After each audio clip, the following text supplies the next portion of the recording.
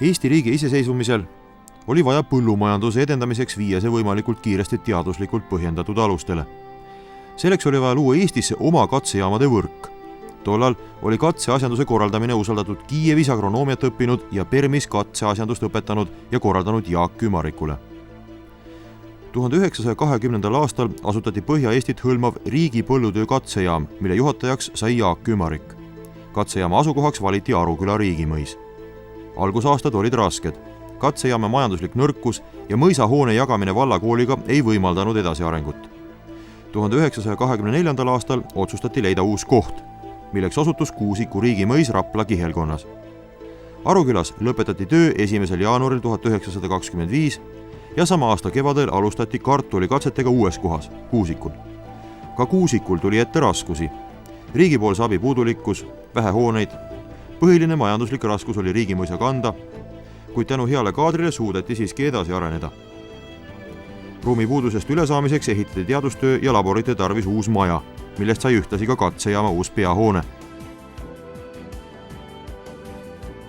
Esmasteks uurimistööde põhisuundadeks olid kartulikasvatus, kultuurkarjamaad, külvikorrad, väetistarbe määramine.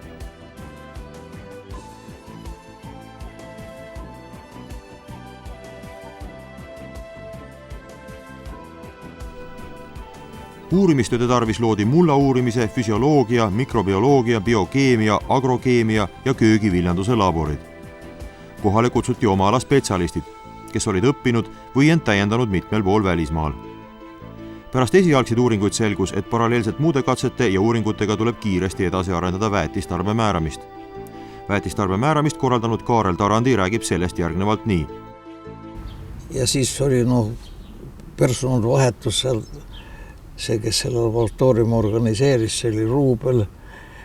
Tema siis 41. aastal küüditati. Nii et ja temast ei ole mingid andmeid, kus ta jäi või mis tast sai. Ja siis oli paar aastat vahet, seisis see, kui mina sain sinna, see oli 41. aasta detsembri keskel, mind määrati sinna. Aga tegelikult siis tuli tutvuda üldse sellega, et mis seal on ja mis seal tehti kirjanduse andmete järgi ja siis need kõik proovide arhiiv oli olemas, kottide käus, seal suured riiulid olid täis neid proove. Neid oli ka seal mitu tuhat. Ja siis tuli kõigepealt, mis neid ei olnud veel analüüsitud, siis hakkasime sealt peale sellest, mis materjal juba oli. Aga pärast siis sai siis jälle koostöös nende kohalike agronoomilise personaliga nendes maapiirkondades, et need siis hakkasid neid proove jälle koguma oma tööpiirkonnast, majanditest ja saatsid siis Kuusikule, kuidas siis nimetati, kas jaoskonna agronoom või piirkonna või need siis jälle sellest erinevatest majanditest, enne talude aeg pärast siis need riigimajandid ja sovhoosid, kolhoosid, mis nad olid. Nendest siis võeti proovid ja nende tehti seal väike nükene kaardikene ka, et proovivõtu kohad. Need oli teada, kus see proov pärit on ja siis pärast, kui andmed sai, et kust seda või teist tulemust tuleb rakendada seal. See masin, mis praegu seal on ekraanil, mul on foto selle kohta ka nii, mulda loksutamise aparaat, see on pudelikaelad paistavad ja see on filtreerimise aparatuur siis. Aga seal oli ka see, et tahtsite nagu Vilm edasi näitab, et seda tootlikkust suurendada, siis nuputasite seal välja selle filtreerimise sellise mehhanismi, mis andis suurema võimaluse korraga ära filtreerida. Ja muidu need olid nüüd ka prooviga, ühe individuaalprooviga tuli kogu aeg seda operatsioone teha, seal lahustada seda proovi seal siis filtrida ja siis pärast siis võtta selle aparatuuri, mis määramine oli just pärast sellega midagi edasi teha. Aga seal oli ju kavatsus ikka seda nii massiliselt hakata tegema, et üle vabariigiga. Ja meil oli 100 proovi päevas oli meil see, selle peale sai ehitatud need sisseseaded. ja töö käis ka, sest selle aja jooksul sai umbes 15 000 proovi läbi lastud.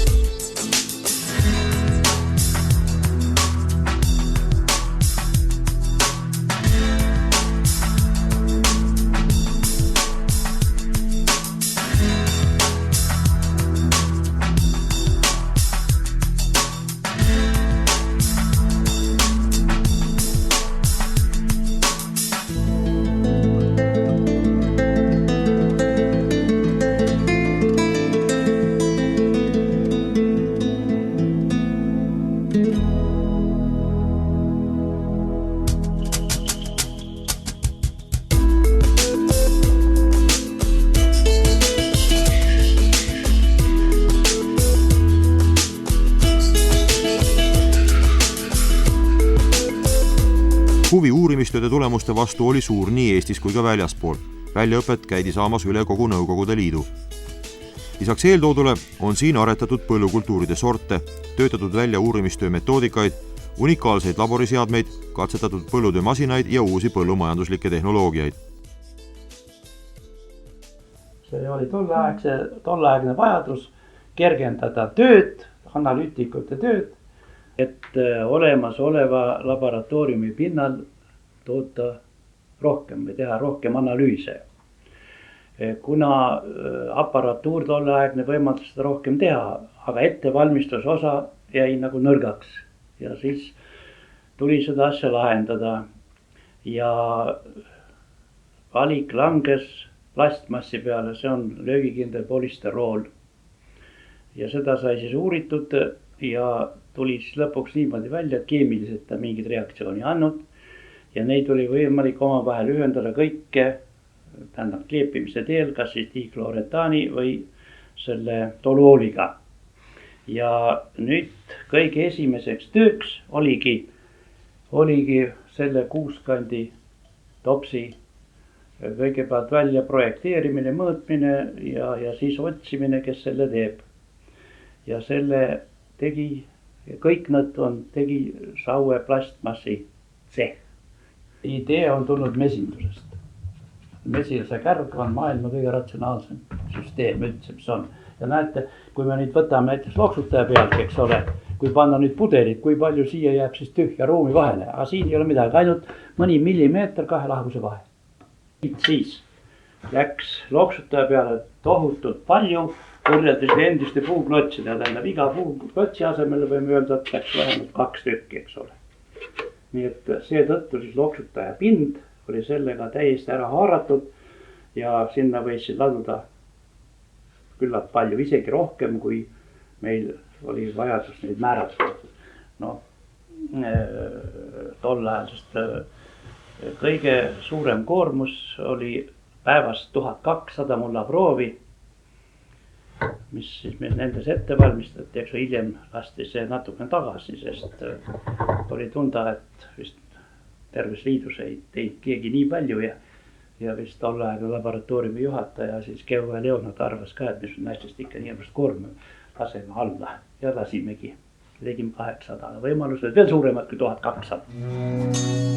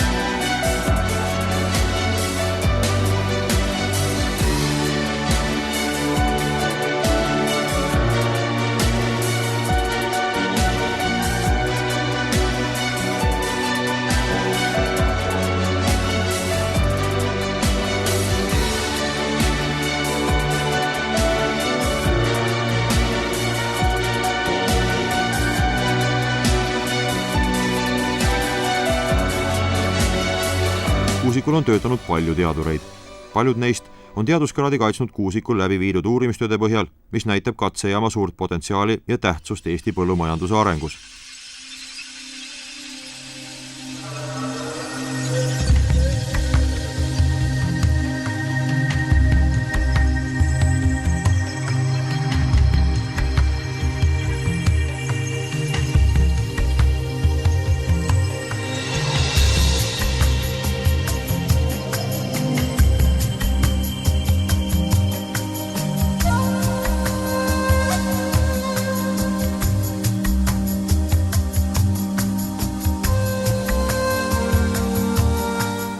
kuid nagu elus ikka, on tõusud ja mõõnad, nii ka Kuusikul. Tasapisi hakkas peahoone 70. aastate lõpupoole tühjenema. Manalateele lahkusid Arnold Piho ja Lembit Raave. Väetistarbe määramise labor kolis praktiliselt täies koosseisus Sakku. Üksteise järel lahkusid mitmesugustel põhjustel teisedki teadurid. Ja kõige lõpuks lahkus Nõukogude võim. Eesti riik taasiseseisvus. Kui esimese Eesti Vabariigi ajal oli katsejaama majandustoeks riigi mõis, siis teisel iseseisvumisel katkes majandustegevus majandis üsna ruttu ja varsti oli pankrot käes. Katsebaas lakkas eksisteerimast ja teadusgrupp viidi Eesti Maaviljeluse Instituudi otsealluvusse. Järgnes suur koosseisu koondamine. Lahkusid mitmed lootust andvad noored töötajad, kellest oleks võinud tulevikus saada kaadrile täiendust. Järele jäänud koosseisul 3 teadurit, Peeter Viil, Vali Loide ja Madis Hoisler ja 3 abitöötajat, Aino Rjazanov, Endla Ados, Mare Soone tuli leida võimalusi uurimistöö jätkamiseks ja iseenda elus hoidmiseks. Ümberringi olid maha jäetud põllud ja hooned. Peahoone muutus kütte ja vee puudumise tõttu kasutamiskõlbmatuks. Majandi toe ärajäämisega jäi katsetegevuse asukohaks ja tugipunktiks ainult 150-aastane Kasaka küün, kus ei olnud ei kuivatit ega kartulihoidlat. Lahendused, mis tollal olukorrast välja tulemiseks ette võeti, üllatavad veel praegugi, aga midagi ei olnud parata ja nii tuli langetada otsus, mis tähendas seda, et uueks katsebaasi asukohaks peab sama Mesila vana majandushoone.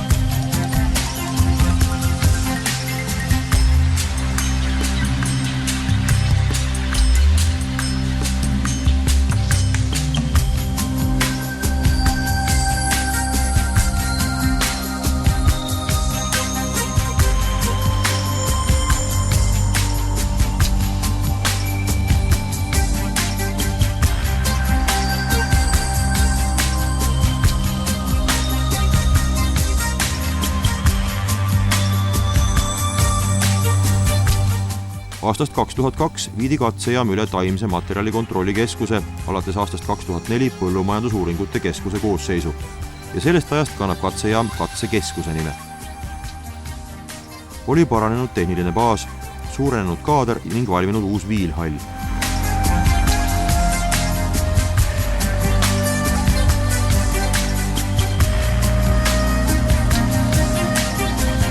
Praeguse katsekeskuse rolliks on katsetööde, mida teadurid teadusasutustest tellivad läbiviimine.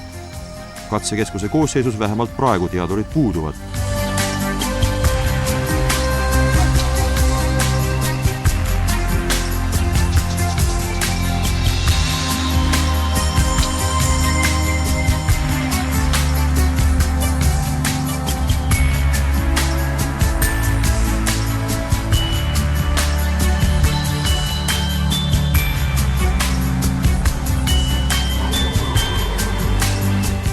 Andres Kaljumets koristamas katseniidukiga heina, mis üheaegselt ka kaalub saagi.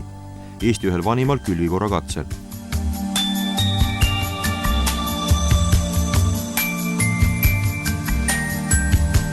Endla Ados ja Mirje Raba kaaluvad kuivaine proovi.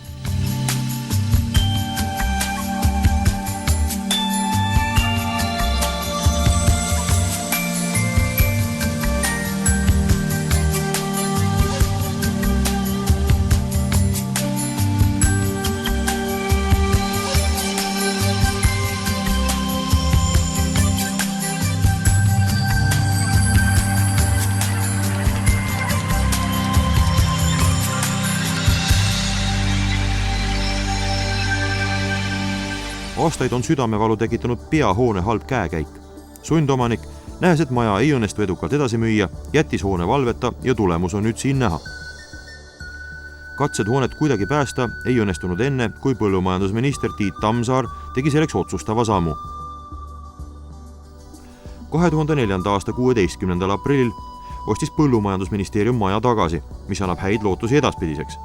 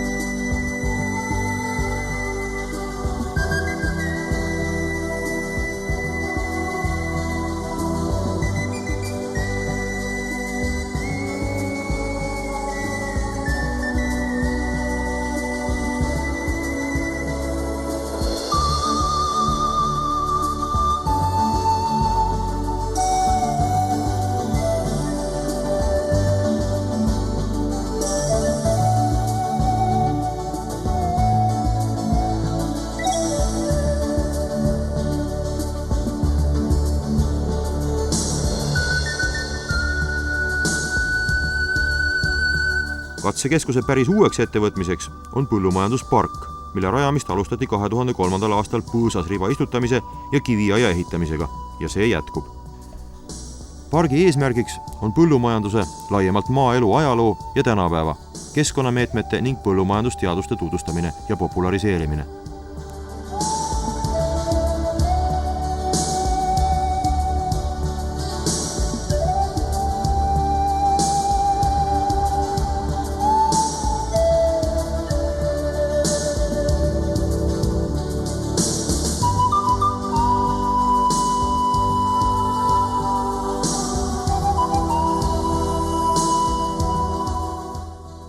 Loodetavasti järgmiseks juubeliks on park täis õides ja peahoone uhkes rüüs valmis vastu võtma oma kalleid külalisi.